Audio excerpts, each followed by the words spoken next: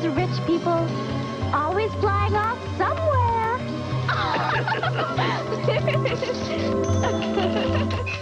Hey everyone, welcome to the Vegan Vanguard. It's Mexie, and today we have a super special guest on the show, someone I've come to admire very much after discovering the Eyes Left podcast, which I've posted about a few times.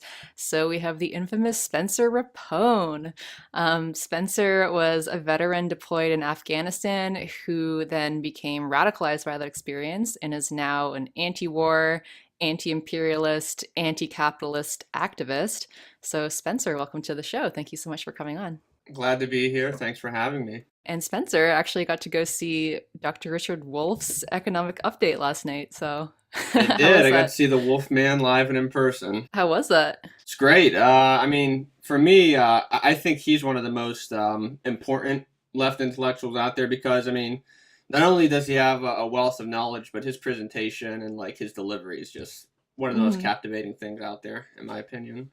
Yeah, I love how sassy he is. Oh, it's so good. It's like so off the cuff too. I'm always impressed whenever I see him speak. So yeah, absolutely. Yeah.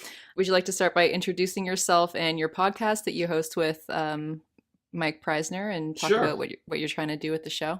Yeah, so Mike approached me, I don't know, about 2 weeks or so after I resigned, which was June 19th of 2018, this year, of course. And he said that he had this idea in his head for a while of doing a explicitly socialist military podcast. And there's other shows and other offshoots that kind of are in the realm of military, but he wanted one that was in particular anti-imperialist and analyze military affairs from that perspective. So he emailed me and, kind of gave me the pitch and, an outline of what it would look like. And I was really drawn to it because for me, when I was in the military, I always was looking for an outlet or some platform or some sympathetic voices that would enable me to voice my discontent. And while I had a lot of friends and comrades who shared my ideas, in some sense, I didn't really have anyone I could reach out to. I had a couple writers I might have talked to here and there, but nothing that was an explicit platform. And so essentially Mike said, we want to build this up, create this program that would give voices to many of the leftist veterans, but also active duty personnel. And for me, that's another key piece of it too, is, given active duty personnel who are trying to find a way out, a way to speak to that discontent. So that's essentially the gist of it. We just want to be a conduit for anti-imperialist, anti-war, socialist veterans and active duty personnel. Amazing. I love that so much just because I think a lot of leftists, we think about these institutions like the military, we just think about it as this totally opaque and this singular organism, right? We don't realize that it's made up of a bunch of different people and that those people could actually be radicalized by their experiences within the army as well. So we kind of just write it off as no, the army, we can't go there. There's no point.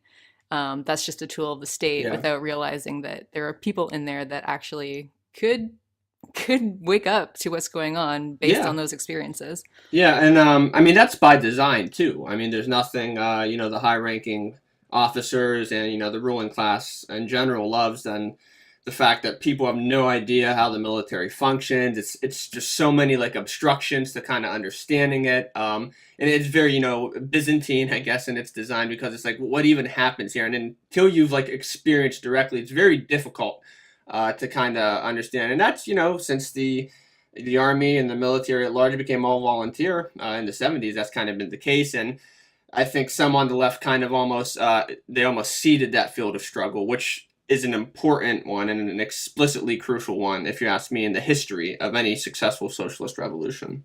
Mm-hmm. Yeah, absolutely. I think we have pretty much seeded it, I would say. Yeah.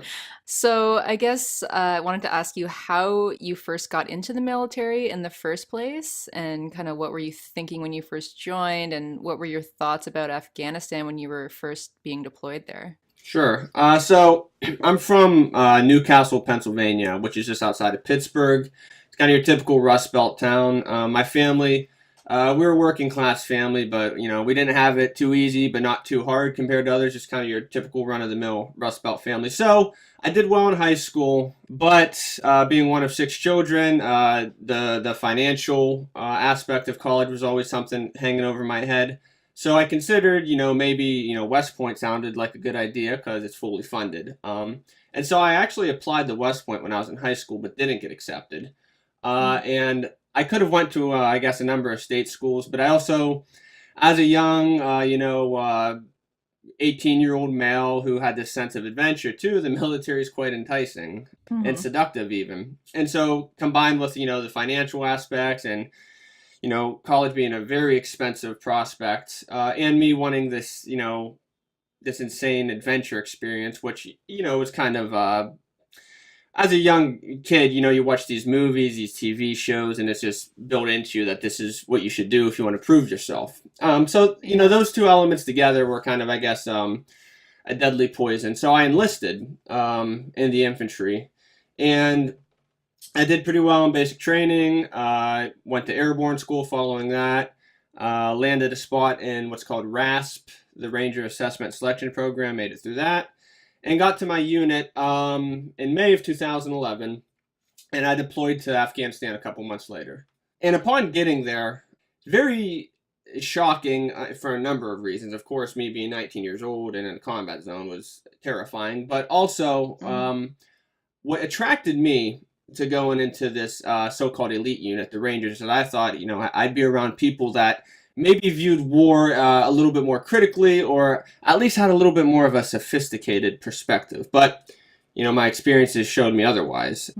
So I immediately noticed an exceptionally toxic culture, and one that was almost relishing the idea of killing people and inflicting violence on others, and just the utter dehumanization of the Afghan people that I noticed. And so, from day one of joining the military, you're taught that, hey, you're defending freedom, truth, justice, all this stuff. You're protecting the Constitution and so on. And, my time over there, I never once found a single person who was threatening the United States or anyone within this country. Which, spoiler alert. But, what I found, instead were, a group of people who were caught up in a situation in many ways out of their control. And if you have any semblance or an inkling of Afghan history, you start to understand why the Afghan people were wrapped up in this conflict. Because, before the U.S. invasion, there was a civil war. Before that, there was an invasion by the Soviet Union. But the U.S. has always been playing a hand in this, whether it's arming certain militant groups or whatnot. So I'm there for it. Probably after like 2 to 3 weeks, I figured out, I was like, what we're doing here is abominable. But I was just, I was a private at the time. I was lower enlisted. So I had no one to really talk to about it. I mean, the other younger guys, they hated being there because they were the new guy, but there wasn't really too much of a moral or an ethical dimension to a lot of why people hated their life over there. And the majority of my leadership had very little interest in anything other than, doing the proverbial accomplishing the mission. So that was essentially where I was as an enlisted man and deploying to Afghanistan. So it sounds like initially you were at least a little bit critical then of war, because you said you were hoping that, this elite squad you're in, sorry, I don't know any of the terminology, but you were hoping that people would be, a little bit more critical. So it sounds like you kind of came into it a little bit critical already, and then just after what you saw. I think part of that was, when I started basic training, there's a lot of dumb shit you put up with.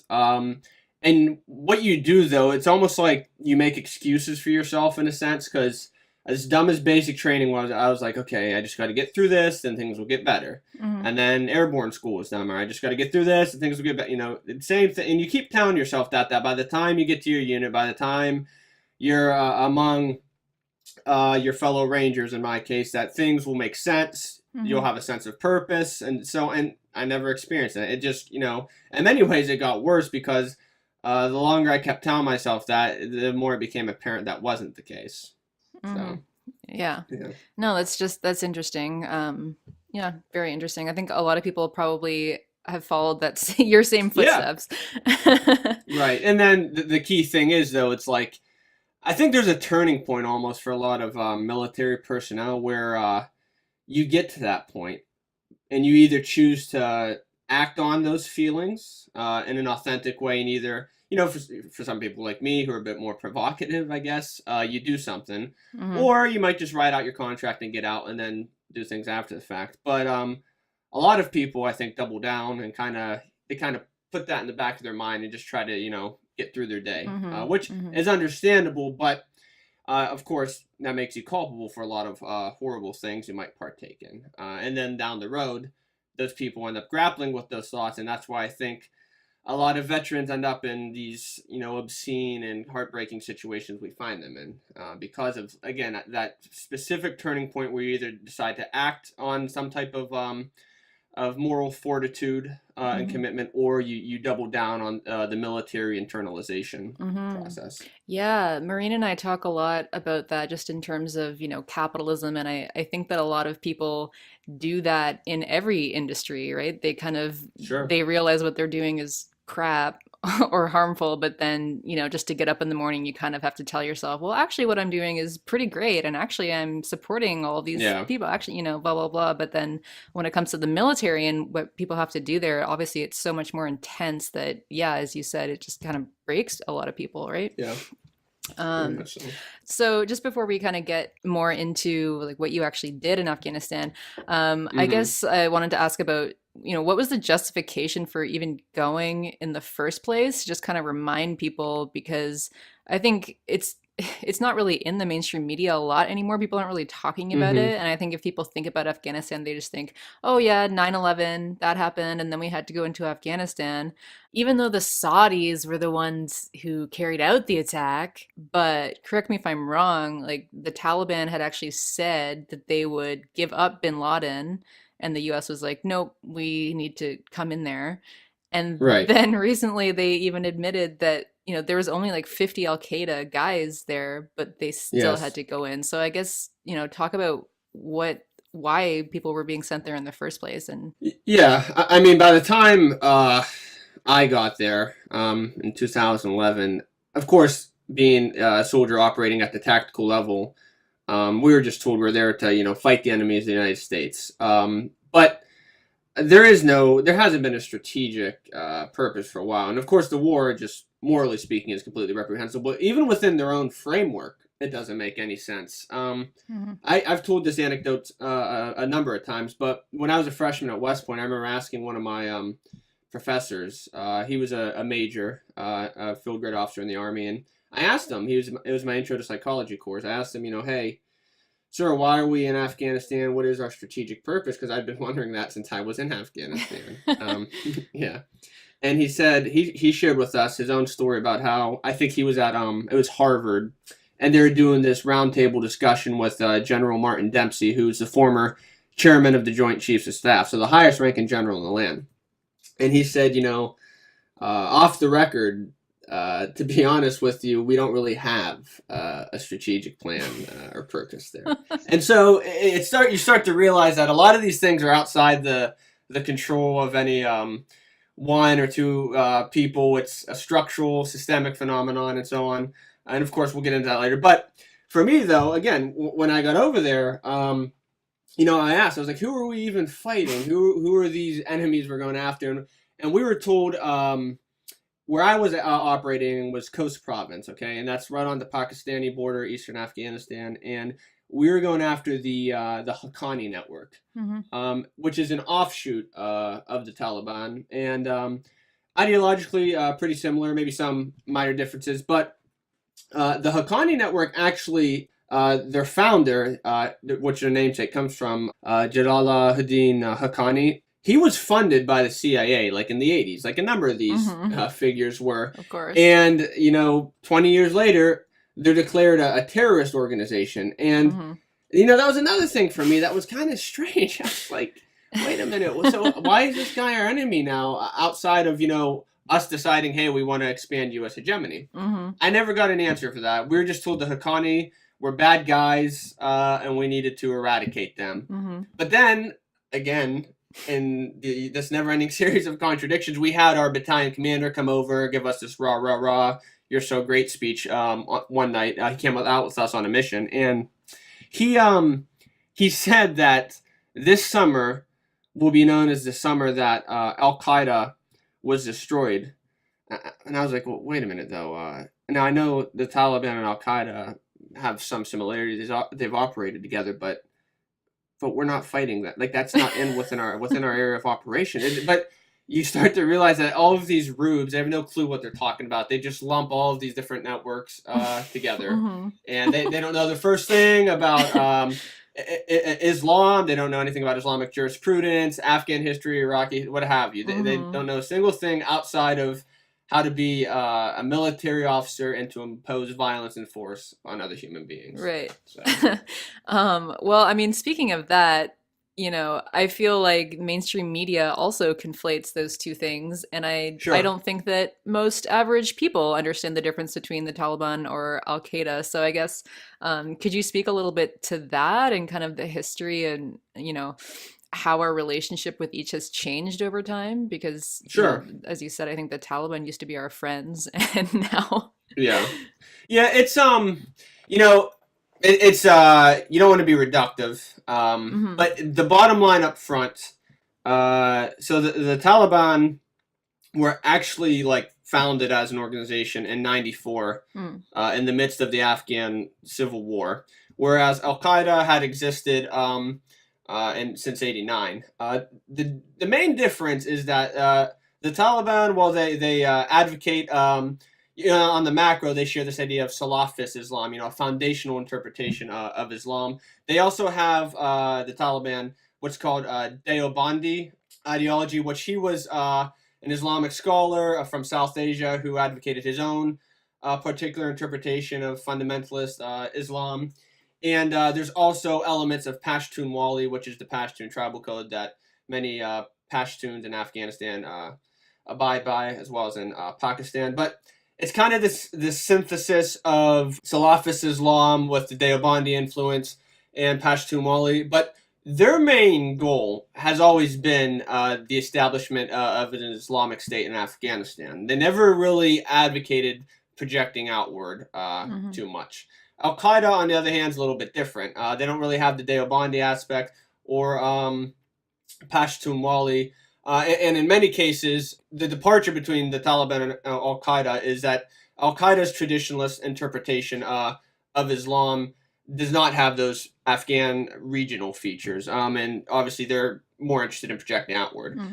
However, they have overlapped. They have, operated together in varying capacities. But there are some key differences there. And they actually, in recent years, in particular the last 10 to 15, there have been a lot of disagreements between the two organizations. So, in the simplest way of explaining it and given, I guess, a bottom line in front, that's how I would formulate the key differences between the Taliban and Al-Qaeda.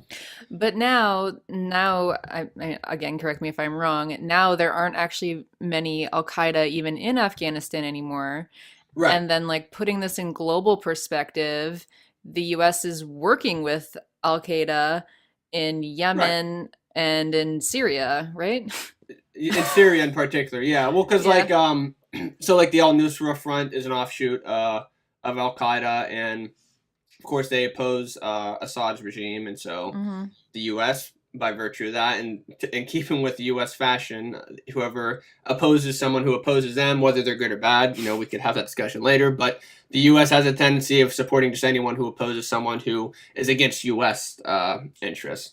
So Al-Qaeda in Afghanistan, I mean, even when I was there, it wasn't really the threat that it was made out to be. And again, my unit, and we were the proverbial tip of the spear, we were going after an offshoot of the Taliban. But again, any mention of Al-Qaeda or the Taliban, in the media at large, but and especially in the military context, is usually just a cipher, some Islamophobic or Orientalist conception of the Middle East, South Asia, North Africa. Pretty much like Islamdom at large gets conflated with these different so-called terrorist networks. Right. Yeah, exactly. So I wanted to ask, what were you actually doing? Like, what was your unit doing when you got there? Yeah. What were your missions? hmm Yeah, I could play. Like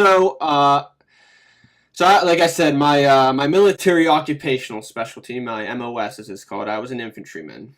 And upon being assigned to my unit, so I was in second platoon of Alpha Company of the 1st Battalion, 75th Ranger Regiment. I was in a weapons squad, which is just another way of calling something a machine gun squad. So I was, being the new guy, I was the assistant machine gunner. So my team leader actually carried the big gun, and I carried all the extra ammunition, the tripod that he'd mount the gun on, the spare barrel, everything. And our platoon, we conducted direct action missions. So the simplest way of explaining that means to kill or capture people. And so pretty much every night, the typical mission was you'd go out, we'd board the CH-47 Chinook helicopters, the big ones with the dual rotors on top. We'd most of the time board those, disembark, raid a village, or just kind of seize or strong point a certain tactical area.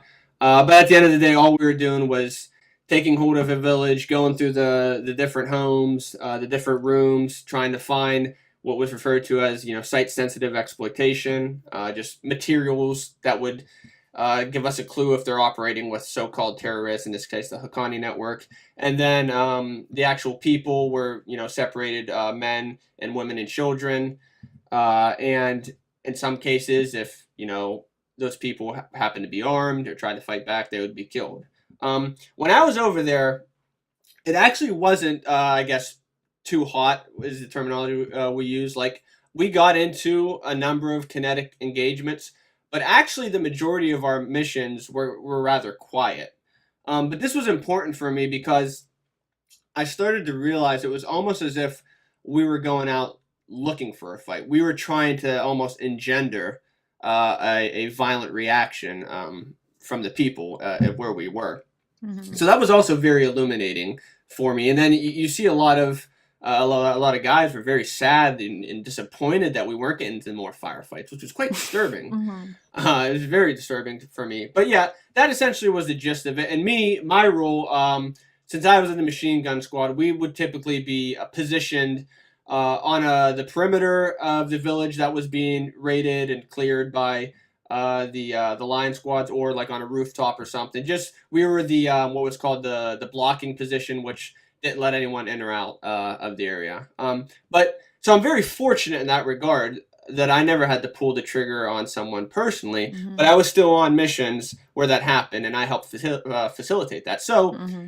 again, trying to understand and process those experiences, I was like, I did play a part Mm-hmm. in this imperialist violence. And I also learned that it's more complex than just the idea of shooting another person or calling an airstrike. It's just the presence of an occupying force is violence in Mm-hmm. and of itself. Mm-hmm. Yeah. Can you tell me a bit more about, like who these people were? Like, I guess they were just average people, but were they farmers? Like, how big were the villages? You were kind of just hmm going up into these farming villages and going into people's houses? Yeah, they were most. I mean, the region we were in coast is very rural. A lot of people, I think, when they think of Afghanistan, they probably immediately go to like Kandahar or Bagram, which is far more urban. Mm-hmm. No, but it was very, very spread out. So, like from a bird's eye view, you would see like a village and a lot of land or empty space, and then village. So kind of just pockets of villages here and there, and that was essentially what we were dealing with. Yeah, the majority of them, without I didn't do a full human geographic analysis, but from what I observed, just kind of some degree of subsistence farmers, people just trying to make ends meet. Mm-hmm. Nothing really beyond that. We were also outside of the Opium Crescent, which is more Mm-hmm. South Afghanistan. We were on the eastern side. I mean, there's still some of it, but not nearly as prevalent in the south of the country. Mm-hmm. And you said you didn't find anyone who was threatening or that, No, it just, and again, like I'm sure, like again, you don't want to fetishize people and say, oh, Yeah. everyone's good. No, but I mean, it was so clear. If you're paying attention or have something of a critical eye, that any of the people who did engage with us in a kinetic fashion, as we like to say, were put into that or forced into that because of the U.S.'s actions in the region and who they have funded and supported or have tried to impose themselves on. So, yeah, I mean, even one of our most prominent missions, which all the guys were talking about even post-deployment, where it was a dual platoon mission, we called in an A-10 airstrike on like 1 to 2 guys that were running away. Now, this is an aircraft that's supposed to be used for anti-armor missions. You know, it shoots 30 millimeter depleted uranium shells, and every guy, I never forget the sound this machine made, and every guy thought it was the coolest thing ever, and I'm just like, wait, so this is this big terrorist camp we said we were going to be raiding. I remember I'm sitting there on a ridge, like looking, like at a couple guys just being strafed by this monstrosity. Wow. It's just, yeah, again, it's like everyone willingly participated in this collective delusion when we were over there. Right. Yeah, I mean, it sounds like a lot of money for whoever made that weapon, right? Well, exactly. Yeah, exactly. And that's, years later, those are the dots I started to connect. Yes. Yeah. So basically you identified with the people in these villages, I suppose, more than yes. what you were doing. Again, because I hated like my chain of command. I hated the people who were appointed over me and made my life a living hell. They treated me and other, younger soldiers like shit. And I was like, the contempt with which they viewed the Afghan people is the same contempt with which I felt like they viewed me. And so that's when I started, I didn't really have a fully coherent socialist or anti-imperialist conception yet. But that's when I started to say, hey, maybe I could change things. And that's, the West Point thing started to come up again. And I was thinking maybe I can apply there, become an officer and prevent some of these horrible things from happening. For people who aren't American or like in the know, can you just kind of explain what West Point is and the significance of it? Yeah. You guys in Canada, I think it's RMC. It's like that's the equivalent, the Royal Military College of Canada. It's I don't think it quite has the same like. It doesn't have cachet or whatever. Right. Okay. Yeah. So West Point is the United States Military Academy. It's where if you want to be a military officer, plus have this prestigious education and be part of this lineage, you go to. There are other ways to get commissioned as an officer. You could do ROTC at a normal college, which is the Reserve Officers Training Corps. Or you could do OCS, Officer Candidate School, if you're already a soldier, or coming in with a collegiate degree. But West Point is attractive because if you get accepted and appointed to go to the academy, it's a fully funded education from the United States government on the condition that you serve 5 years active duty as an Army officer. And so it's like you get a liberal arts education, but there's also a military training aspect to it and, of course, a physical aspect to it as well. Yeah, I understand it to be kind of, prestigious or just kind of really wrapped up in American identity. Very much. I mean, yeah, so historically speaking, it was founded in 1802. Originally, that was the only place you would go if you wanted to be commissioned as an officer in the U.S. Army. So, like, some of the legendary generals we always talk about that are part of, the national mythology, like Eisenhower, MacArthur, and all of them, they were all, West Point graduates. So, including actually a lot of, all of the majority of the Confederate officers during the Civil War were also West Point graduates. Robert E. Lee is a former superintendent of West Point and is still venerated there, which was another moment for me that was quite confusing and led me down my radicalization. Yeah, I think I read that you have a piece in Truth Dig. I was reading about that. Yeah. Right. Yeah. So you went into West Point after this because you hated your director. So you were like, well, if I'm a director, then I can change things from the inside. Yeah. The classic liberal idea. Exactly. Yeah. So yeah, I guess, could you elaborate, on your experience at West Point and I guess Yeah, the infamous way that you exited it. right. Well, so I enter West Point in July of 2012. Um, I was pretty excited because, like I said, my enlisted time was not what I thought it would be. I was pretty disenfranchised by that point. Hmm. And again, this idealistic conception I had of things. I thought that now West Point, this will be the place Hmm. where I'll find these warrior poets. Where I'll find the scholars who are willing to engage critically with the war. Hmm. But upon arriving there, I saw it was very, very much the same mentality I encountered in the enlisted ranks and even in the Range Regiment. Maybe some slight differences here and there. There was like a veneer of intellectualism to West Point because it is also a collegiate experience. But generally speaking, it was the same chauvinism, hyper patriotism Hmm. that I observed when I was enlisted. Just in this case, I guess I had something more of an escape because academia was what I really threw myself into there, Hmm. and studying history. I ended up getting really into Middle Eastern history my freshman year, and from there that kind of became my focus region Hmm.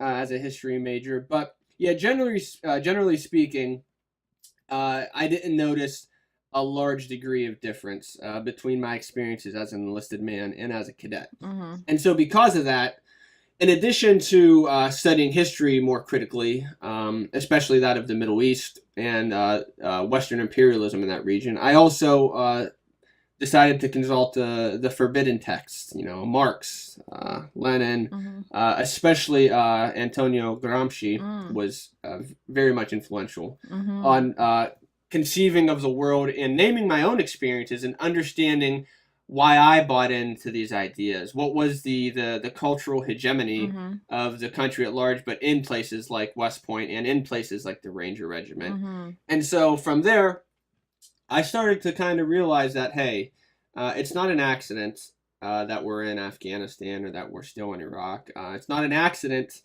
that, Obama ran on a ticket advocating for the end of the Iraq War, but expanding U.S. influence in the region. Hmm.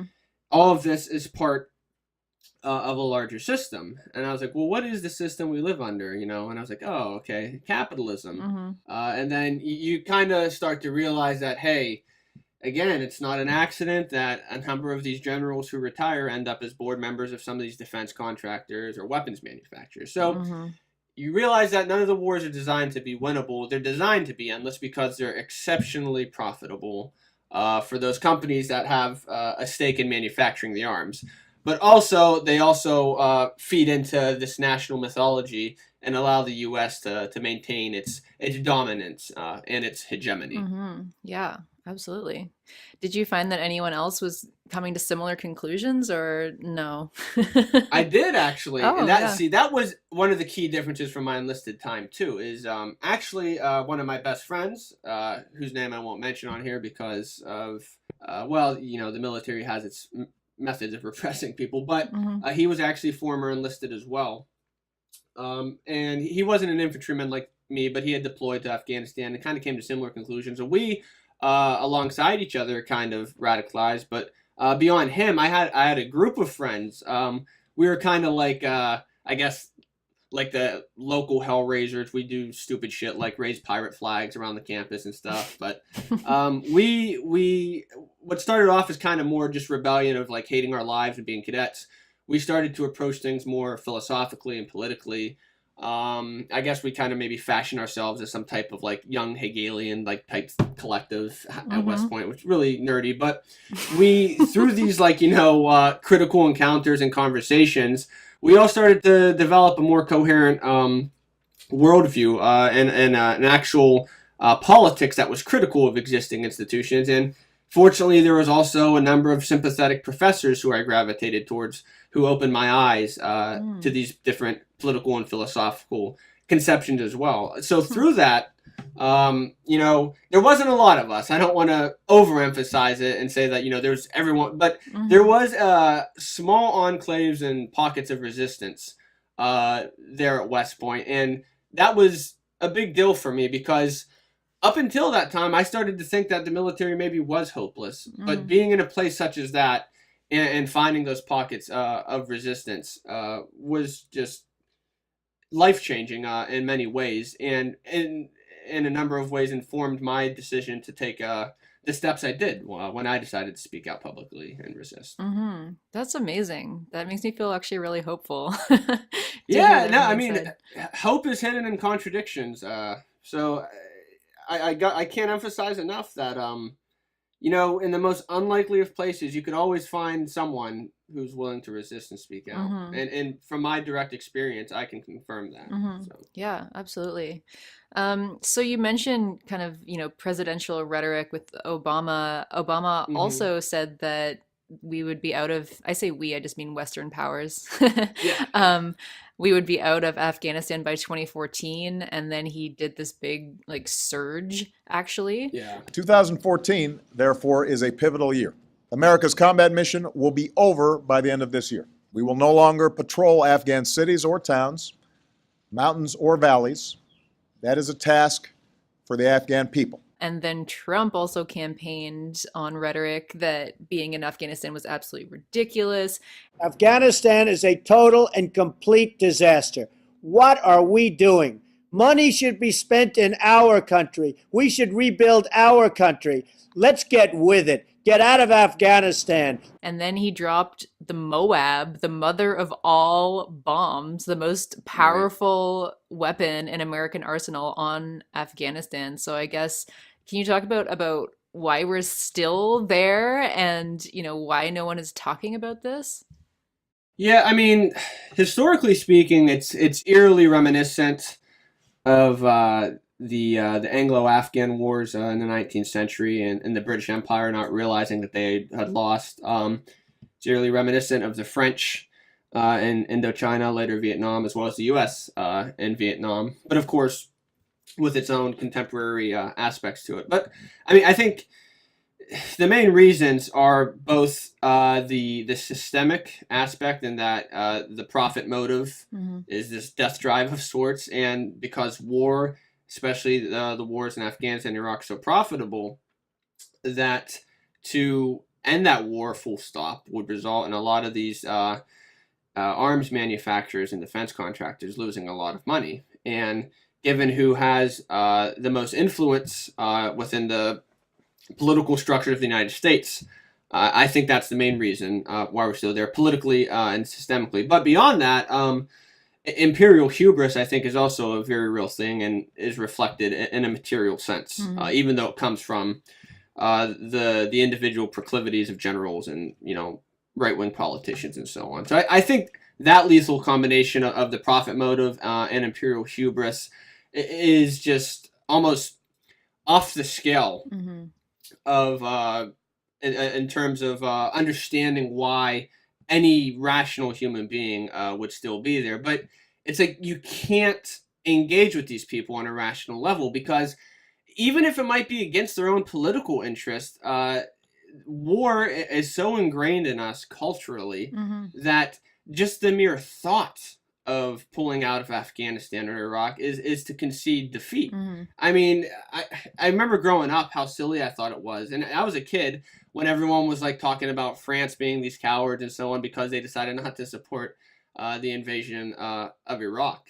And you see that to this day. And then this mentality, this ideology trickles down and infects the ranks of the military too, because even people who admit, you know, hey, this is bullshit, why are we here? You know, a lot of them will be like, well, you know, we still have a role to play there. We still, you know, have a promise to the Afghan people. They'll try to, you know, term it in that way too. It's like, no. You're the main reason why the Afghan people are suffering right now. And until we can grapple with that, I think we're still going to be there. Again, we being, you know, Western imperial powers. But I think finally, there is the initial stages of a renewed anti-war movement. And I think a number of people getting involved in socialist politics of varying stripes is indicative of that. So I am hopeful we'll be out of there, maybe not in the immediate future, but in the near future. But until we have a reckoning with that imperial hubris, which infects the ranks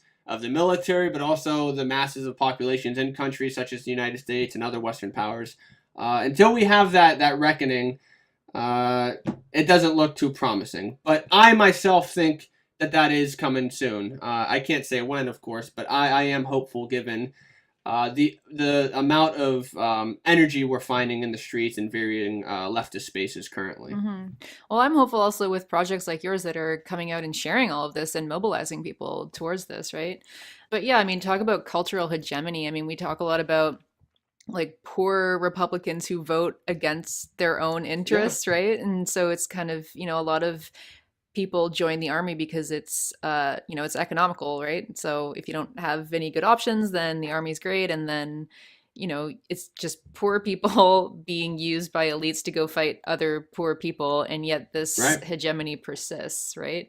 And I'll say the one thing about the military is I have never been I'm in graduate school right now. I've never been in a space that was more diverse than when I was in the Army. And that's something we also have to grapple with, is how not only, poor people, but a lot of poor people of color join the military because it's a way out of the hellish existence that's part of the United States. I've known a number of people who join for the promise of citizenship with military service.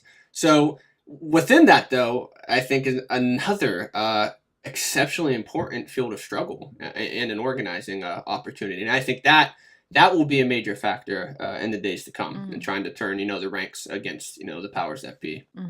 Yeah. People joining to get their citizenship just makes me sick, right? It's just, within this horrible system, the most marginalized are just forced into these horrible situations. And then, but in terms of the political economy, I mean, like, who is most benefiting from this? I mean, even just thinking about the United States' government, like, it's become such a shell, right? It's like empty and hollow, but it just funds all of these different contractors to do what it needs to do, right?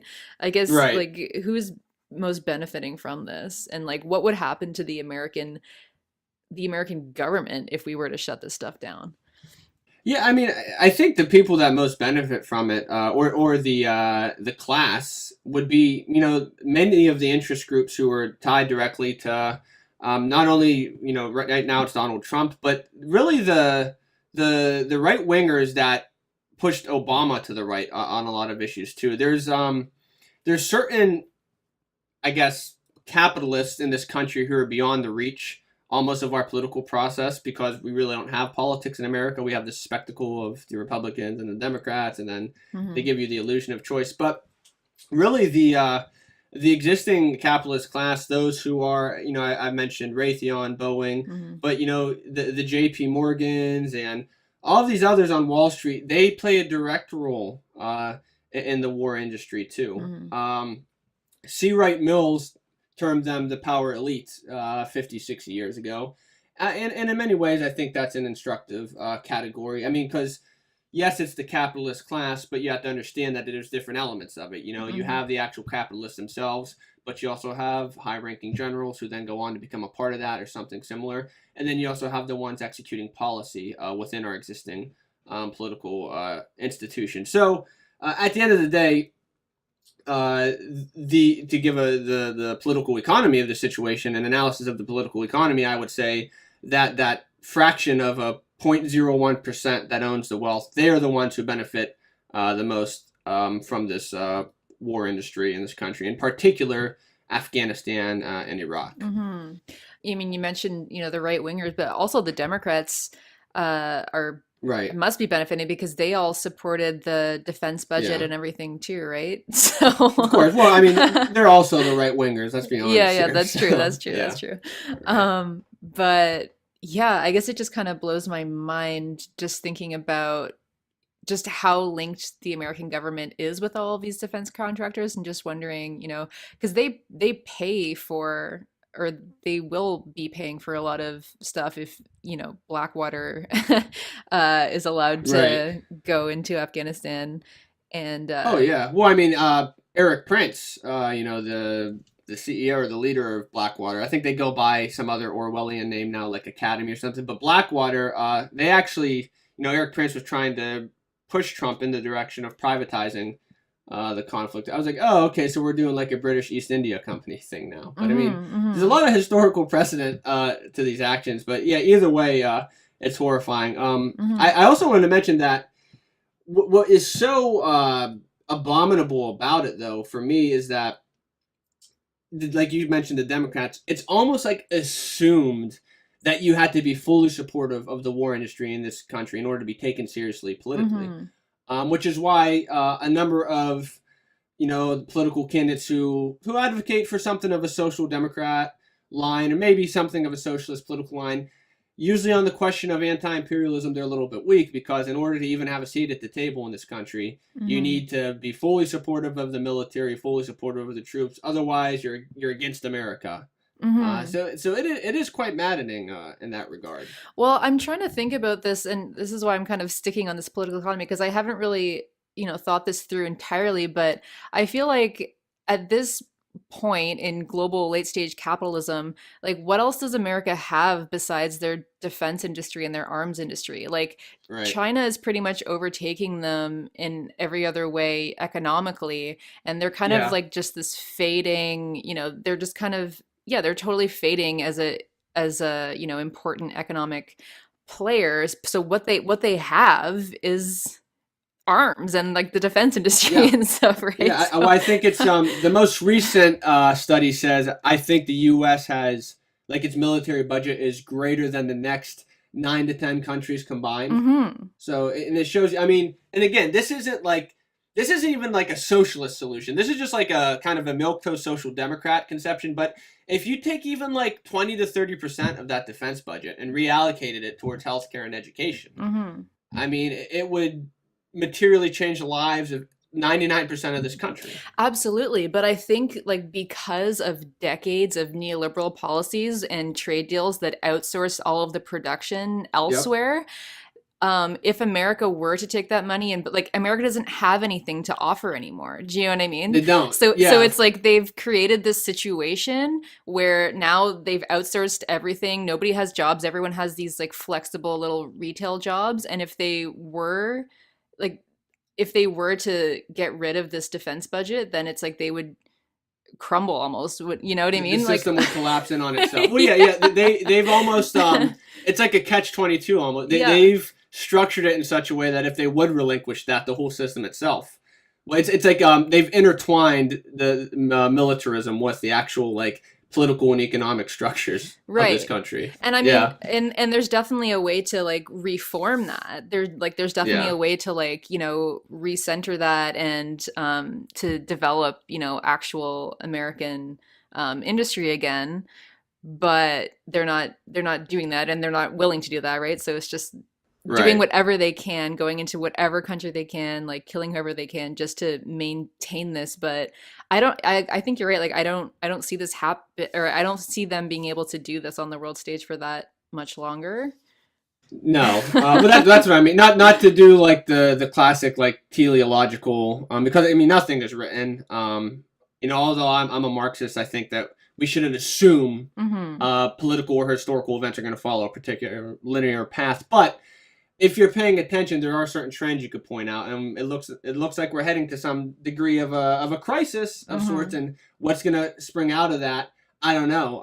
My fear is that out of this, pending economic crisis, we're going to have a more sophisticated Trump arise, and that could be quite dangerous. A lot of people talk about fascism in the U.S., and I think there's elements of it, but Trump for me is more of a parody fascist, or kind of like tapping into fascist energies that will kind of be released once we get to the next crisis point. But yeah, I mean, at the end of the day, like you said, I unfortunately believe we might be beyond the point of reform. It's like until you have a complete restructuring of the economic and political aspects of this country, unless you have from the bottom up restructuring, I don't know if there's anything you really can do outside of this military machine just perpetuating itself into oblivion, like we're looking at right now. Yeah, absolutely. But I think that more and more people are waking up. Like, I think you're right about that. And then also, the closer that we get to this precipice of disaster, I mean, Right. the more Yeah. evident it becomes that this doesn't work, and that, we're going to have to start building something up from the ground up, right? Yeah, for sure.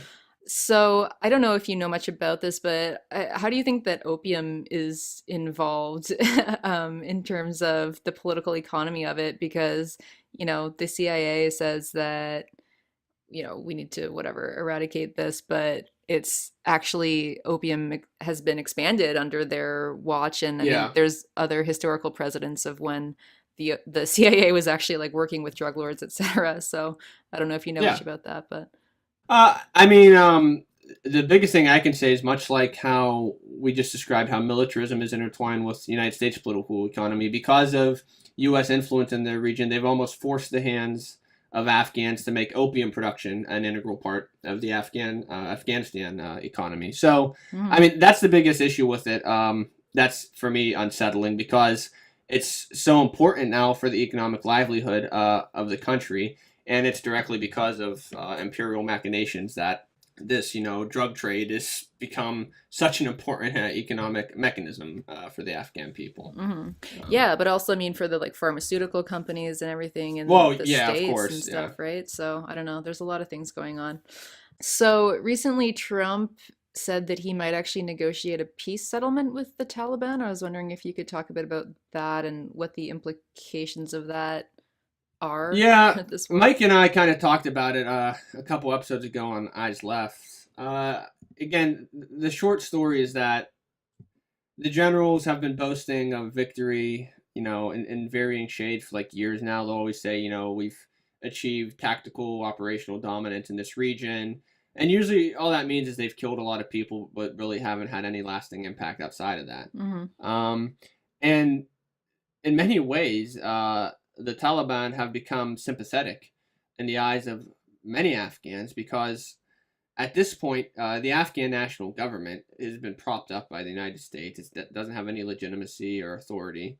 And the Afghan people just want peace. They just don't want to have to deal with endless war. I mean, again, before the U.S. invasion, there was a brutal civil war. Before that, there was other outside force. I mean, so it's nonstop conflict. And the Taliban, of course, again, not to gloss over some of the horrible atrocities they have partaken in, but they are local Afghans who live there and are trying to institute some form of a stable government. It might not be perfect, but it's not the United States, and it's not the United States puppet government. In terms of Trump negotiating a peace settlement, it's interesting to me because, again, Trump's quite erratic. We don't know where things might go. I mean, look at the up and downs with the DPRK, Iran, Syria, you name it. But I think it's fascinating to me because there's no more glaring example of the abject defeat of the United States in Afghanistan than the fact that right now this right-wing lunatic of a president is actually entertaining the prospect of a peace settlement with the very force that George W. Bush and his ilk proclaimed to be defeating and removing from the region almost 20 years ago. And you would hope that a peace settlement gets reached, but again, it's too early to say what's going to happen with that. But if anything, again, for me, what's instructive in that paradigm is to show how the U.S. has absolutely failed in any of its objectives, but continues to try and push them nonetheless. Yeah, but also that it's kind of pointless, right? Because if you're just gonna make a peace deal, like you could have made a peace deal 16 years ago or something. Yeah. Like, why have you Yeah, been of there for course. 17 years? Right. But they made a lot of money in that decade plus time. That's true. The key. Yeah. That's true. Yeah. All right. Well, thank you for sharing all of that. Read the Afghan War. So I wanted to just talk a bit about West Point and like when you decided to actually speak up there and how that was for you dealing with the fallout. Sure. So I graduated from West Point in May of 2016. I almost got kicked out my senior year for being, a communist and sharing articles on my Facebook wall that some of my instructors didn't like. That's a funny story. But I graduated in May of 2016, and I commissioned as a second lieutenant. I was an infantry officer, went down to Fort Benning, did my thing there again. But, by that time, I did have a fully conceived notion of the world. I had a political philosophy that I, ascribed to. And I knew that materially my relation to power was that of the oppressor. I was serving the interests of the ruling class. However, I was kind of stuck because, if I was to just leave, I would owe West Point, something in the order of 6 figures, because that's how they get you. They say you have to serve for 5 years active duty, otherwise you owe us money. Wow. So I just thought, despite being radicalized by that time and being a socialist, I thought maybe within my own sphere of influence, my own kind of area of operations, I might be able to kind of prevent some bad things from happening, while knowing that structurally the whole thing is completely fucked. But this was in the midst of the 2016 election cycle in the United States. And, it started to settle in with me that even though, of course, Obama carried on the imperial policies of Bush, who carried them on of Clinton, Bush, Reagan, even though they all were part of the same imperialistic political tradition, Trump getting elected in November 2016 for me was almost like a heightening of the contradictions. In a sense, because no one saw it coming. We always thought, that would never happen. And I being a military officer, I was like, okay, well, this guy is my commander in chief now. I can say how much he sucks, how stupid he is. Oh, look at him. But at the end of the day, guess what? That was literally my boss. And so if I was to have any shred of authenticity, I had to get out of the Army somehow. So that's when I started to kind of figure out what I could do. And, I was very much supportive of Colin Kaepernick and protesting white supremacy in the United States. And I was inspired. The writer Rory Fanning, who's also a veteran activist, who also was in the Ranger Regiment like I was, he posted this picture of him sitting during the anthem at a Cubs game with a sign that said "Veterans for Kaepernick." And he's someone I always had a correspondence with, and I really admired that. And so after getting to my new unit, the 10th Mountain Division, in summer of 2017, which is in Fort Drum, New York, upstate New York, just outside of Syracuse. I was just going through the motions there, still trying to figure out what I could do to resist. And the whole national anthem NFL debate started up again in the fall of 2017. And, as we know, Colin Kaepernick got blacklisted. He lost his entire professional career for merely speaking out. And I thought, here's someone who could have just kept quiet and would have had it all. But he took a very, very big risk and made a difference. And I thought, well, maybe I could do my small part. So in the midst of all this, I just tweeted out a picture of myself from graduation day, which I had kind of kept to myself mostly. I think it might have been on my Facebook or Instagram, but I didn't have too big of an online presence at the time, so no one really saw it outside of friends and family. But I took a picture of myself at graduation with "Communism Will Win" inscribed in my hat. And I had used the hashtag "Veteran for Kaepernick," and it went viral. And I was actually helping conduct a live fire exercise in the field at the time. And the next morning, I got called in by my chain of command, informed I was under investigation.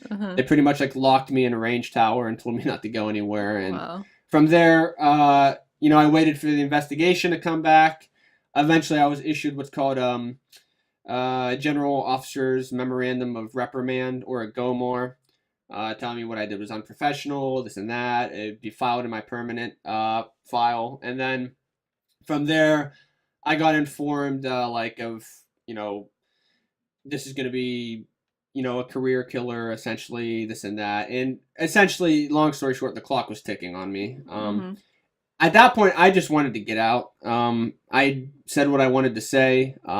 They kind of had me under a gag order of sorts. If I said anything more, it'd be used against me. And so my attorney told me, just kind of, keep quiet for now. We'll try to figure this out. And so I said, well, can I just resign my commission outright and get out? And so I tried to submit my resignation in February of this year. on the condition that I receive no less than a general discharge. That's not even the best you could get. I didn't say no less than an honor. I said no less than a general. I waited for a couple months. They kicked it back and said, no way. You could either submit an unconditional resignation, which means we'll give you whatever discharge we deem is appropriate, or you could submit yourself to what's called a board of inquiry, which is essentially this, like a show trial where a panel of like 3 high-ranking officers are the jury, and I essentially wouldn't have had a chance. So this time, I just needed to get out. I had something of a plan with what I wanted to do with my life, and I knew I could do way more on the outside than inside. And so I submitted my unconditional resignation because I really didn't give a fuck if, the Empire considered me honorable or not at that point. So I submitted it, I got accepted, and I was out, like I said, in June of this year. Wow. So.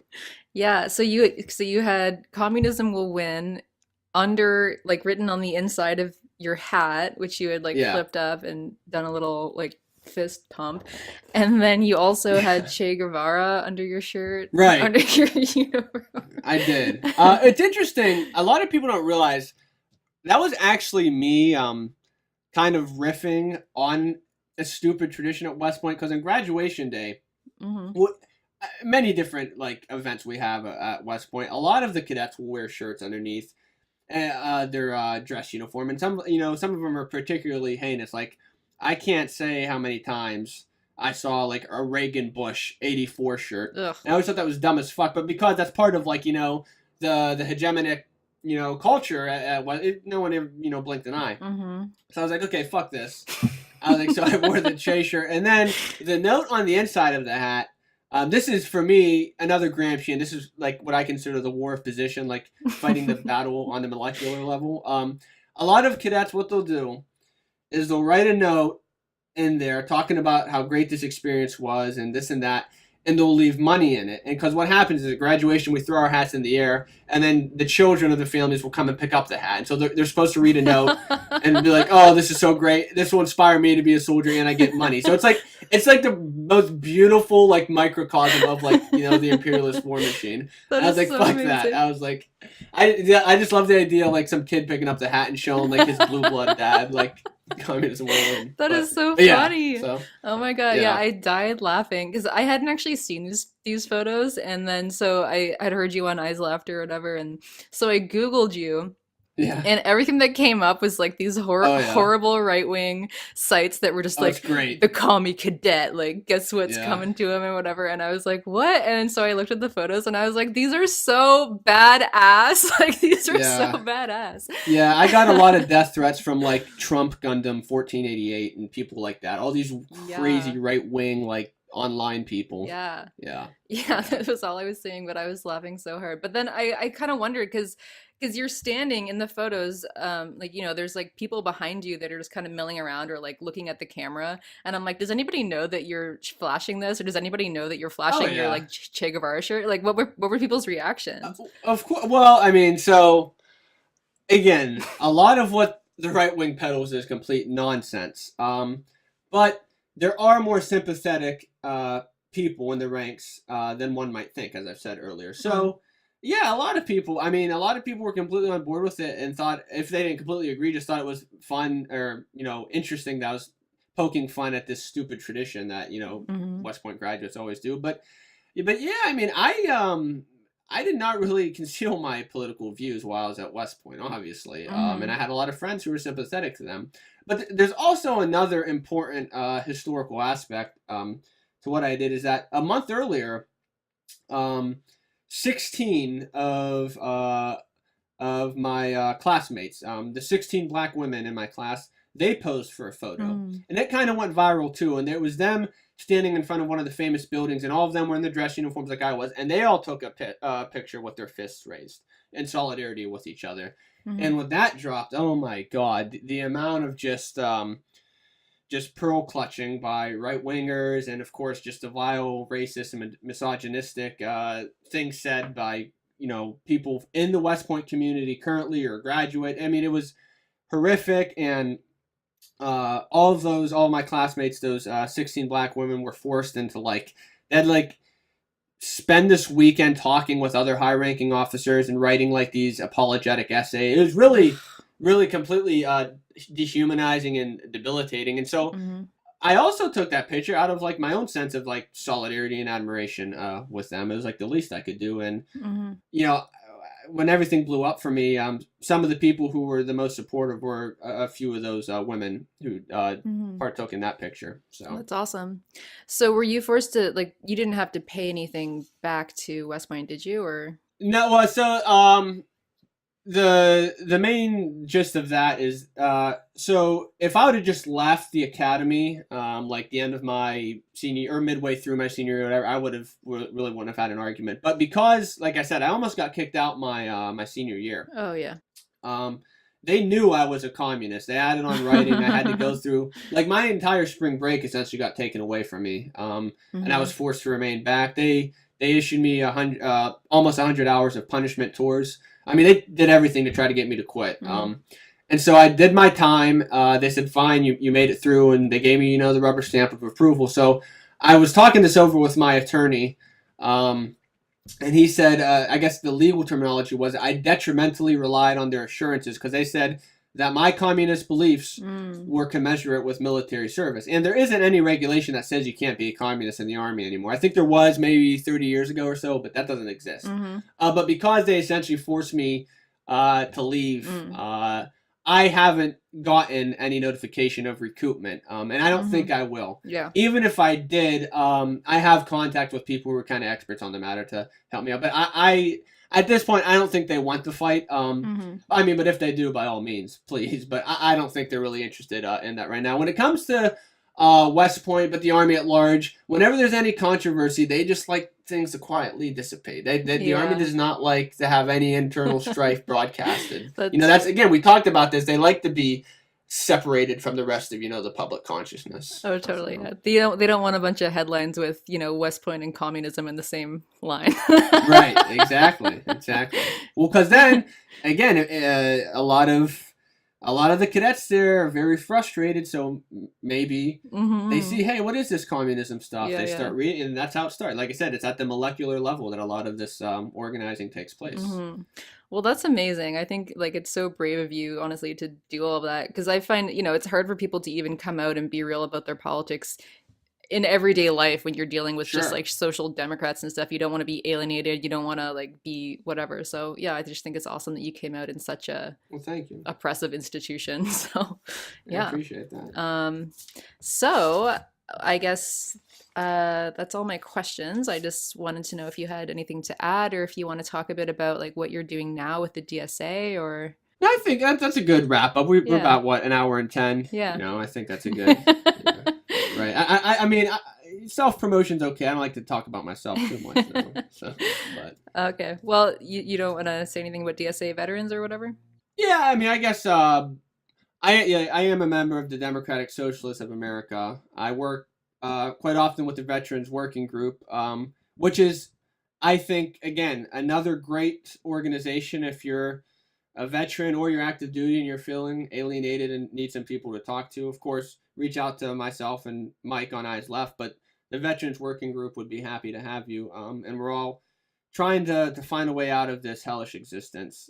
So again, that's another organizing opportunity, and I'd love to see more veterans, both active duty and love to see more veterans, both active duty and those who are out right now, to join up with the Veterans Working Group. And I mean, when I was going through my situation for nearly, the year it was, as horrifying and alienating as it was, the fact that I was a member of a socialist organization and I had something like the Veterans Working Group to lean on, I mean, it made all of the difference. I can't emphasize that enough.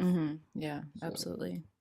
All right. Well, thank you so much for coming on the show. I will plug Eyes Left, obviously, in the show notes, along with how you can contact Spenser. So yeah, thanks again for coming on. Appreciate it. Thanks. Yeah.